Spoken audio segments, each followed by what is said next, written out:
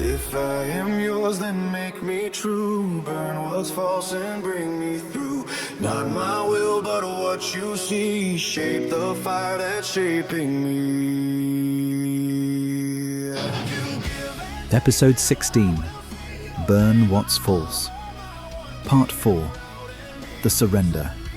Pre-chorus 3. If I am yours, then make me true. Burn what's false and bring me through. Not my will, but what you see. Shape the fire that's shaping me. 4 lines. The most compressed prayer in the entire song, and possibly the most dangerous one. Because every line of this pre-chorus is asking God to do something that will cost the person praying it something real. There is no line here that is asking for comfort. There is no line here that is asking for relief or explanation or the softening of what has already been hard.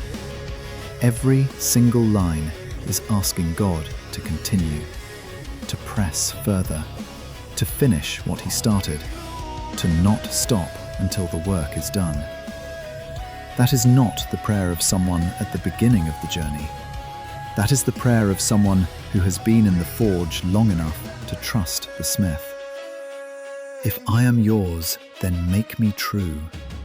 The conditional at the opening, if I am yours, is not expressing doubt about belonging. This is not a crisis of assurance. The if here is logical, not uncertain. It is the if of consequence. If this is the established reality, then this must follow. If the ownership is real, if the surrender of episode 15 was genuine, if the take all I am was meant, then the making true is the necessary next movement. You cannot belong to God and stay false. The belonging and the falseness are incompatible. One has to give way to the other. And the prayer is asking for the belonging to win. Make me true. Not make me feel better. Not make me more comfortable with who I am. Make me true. The word true here carries the full weight of its meaning. Not just honest, though it includes honesty. True in the sense of accurate, aligned, conforming to what is actually real rather than to the distorted picture that envy and pride and the wound built around me.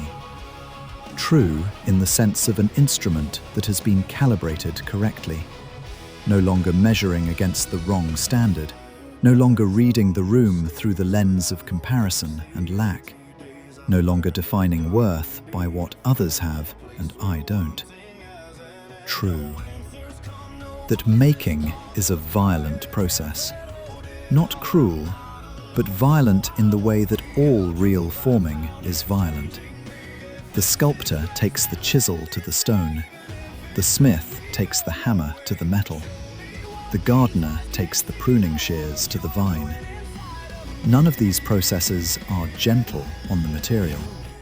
All of them are aimed at something the material cannot yet see about itself. The form it is being made into, the shape that was always inside it, waiting for the right tool to bring it out. Burn what's false and bring me through. Here is where the prayer gets specific. Not just make me true in the abstract. Burn what's false. Identify it. Go to it. Apply the fire directly to it. Every lie that survived the earlier stripping. Every false assumption that reformed after the shame surfaced. Every distorted perception of self and God and others that the wound installed and the comparison reinforced and the yoke of need held in place. All of it. Burn it. This is a prayer most of us are afraid to pray in full. We pray versions of it with escape clauses built in. Burn what's false, but not that, not yet. Not the thing I'm still holding on to because the holding feels like the last piece of stability I have.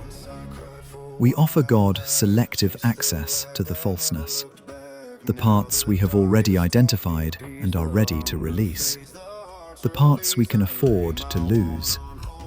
We keep the load-bearing falseness, the deepest, most structural lies about who we are and what we deserve and what God is like, out of reach because we don't trust that what He builds in their place will hold. This prayer removes the escape clause. Burn what's false. All of it. Wherever it is, whatever it is holding up. Trust the smith to know what can come down and what he will build in its place. And bring me through. 3 words that carry everything. Because the burning is not the end. The fire is not the destination. It is the passage. Bring me through is the recognition that the forge has an exit, that the smith is not burning for burning's sake, but burning toward something, a through, a completion, a coming out the other side as something that could not have been made any other way. The prayer is not, burn me. It is, burn what's false and bring me through. The distinction matters because it holds the process inside a larger intention. The fire has a purpose. The purpose has an end. And the end is not destruction, but arrival at the truer, freer, more fully formed version of the person God was making from the beginning. Not my will, but what you see. These words land differently in part 4 than they would have in part 1.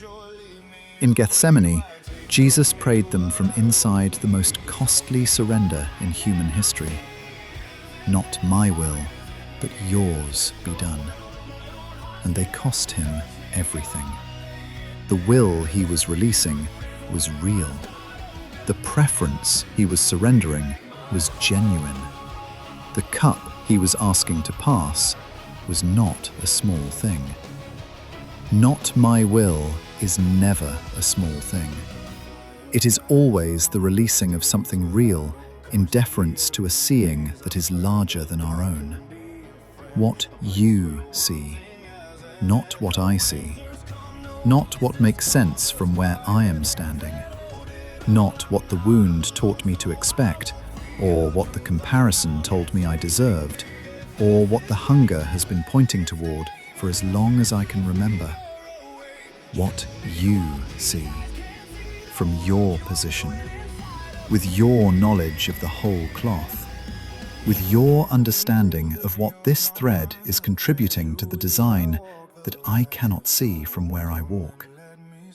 I have spent most of this series learning to trust that seeing. From the accusation that demanded God justify what he withholds, to the sovereignty recognized in part 3, to the worth in the kept things beginning to be seen, to the open hands of episode 15, all of it has been the slow, painful, grace-enabled movement from what I see to what you see. And this line is the fullest expression of that movement. Not my will, what you see. I trust the vision more than my own. I trust the design more than my preference. I trust the smith more than my fear of the fire. Shape the fire that's shaping me. This is the line I keep returning to, because it is one of the most theologically precise and personally honest things in the entire song, and I want to stay in it. The fire is already shaping me. That is not in question.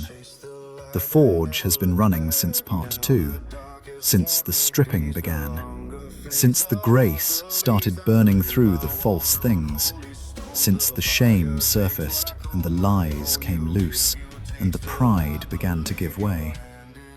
The shaping has been happening. It is happening now, it will keep happening. The prayer is not, "Start shaping me." The prayer is, "Shape the fire, control the process, direct the heat, apply the hammer where the hammer needs to go, and hold it back where the holding back is wisdom. Be the smith who knows what he is making and uses the fire with the precision of a craftsman rather than the randomness of an accident." This is surrender to a process under the control of a person, not surrender to randomness, not the passive acceptance of whatever happens to come. The fire has a smith. The forge has an operator. The shaping has intention behind it, specific, purposeful, aimed at a finished form that the smith has in mind and the material cannot yet see. Shape the fire that's shaping me is the prayer of someone who has accepted that the fire is necessary and is now asking God to steward it, to be present in it, to be the one holding the hammer and controlling the heat, and knowing when to press harder and when to let the metal rest, and when the thing being made is close enough to the finished form that the fire can begin to cool. That is not a small trust. That is the total trust. The trust that says, "I don't need to understand the process. I don't need to see the finished form. I don't need to know how much more fire is coming or how long the shaping will take. I need to know the smith is in control." And I do. And so I pray, shape it. Shape the fire. Use it as you know how to use it. Bring me through. Because what is being made on the other side of this is worth the making. Make me true. Burn what's false. Bring me through. Not my will, what you see. Shape the fire that's shaping me. That is the whole prayer, in 4 lines, with nothing held back, and no escape clause, and no version of it that is more comfortable than what it actually says. It is the most honest thing a person in the forge can pray. And God, the smith who has never wasted a fire, hears every word of it.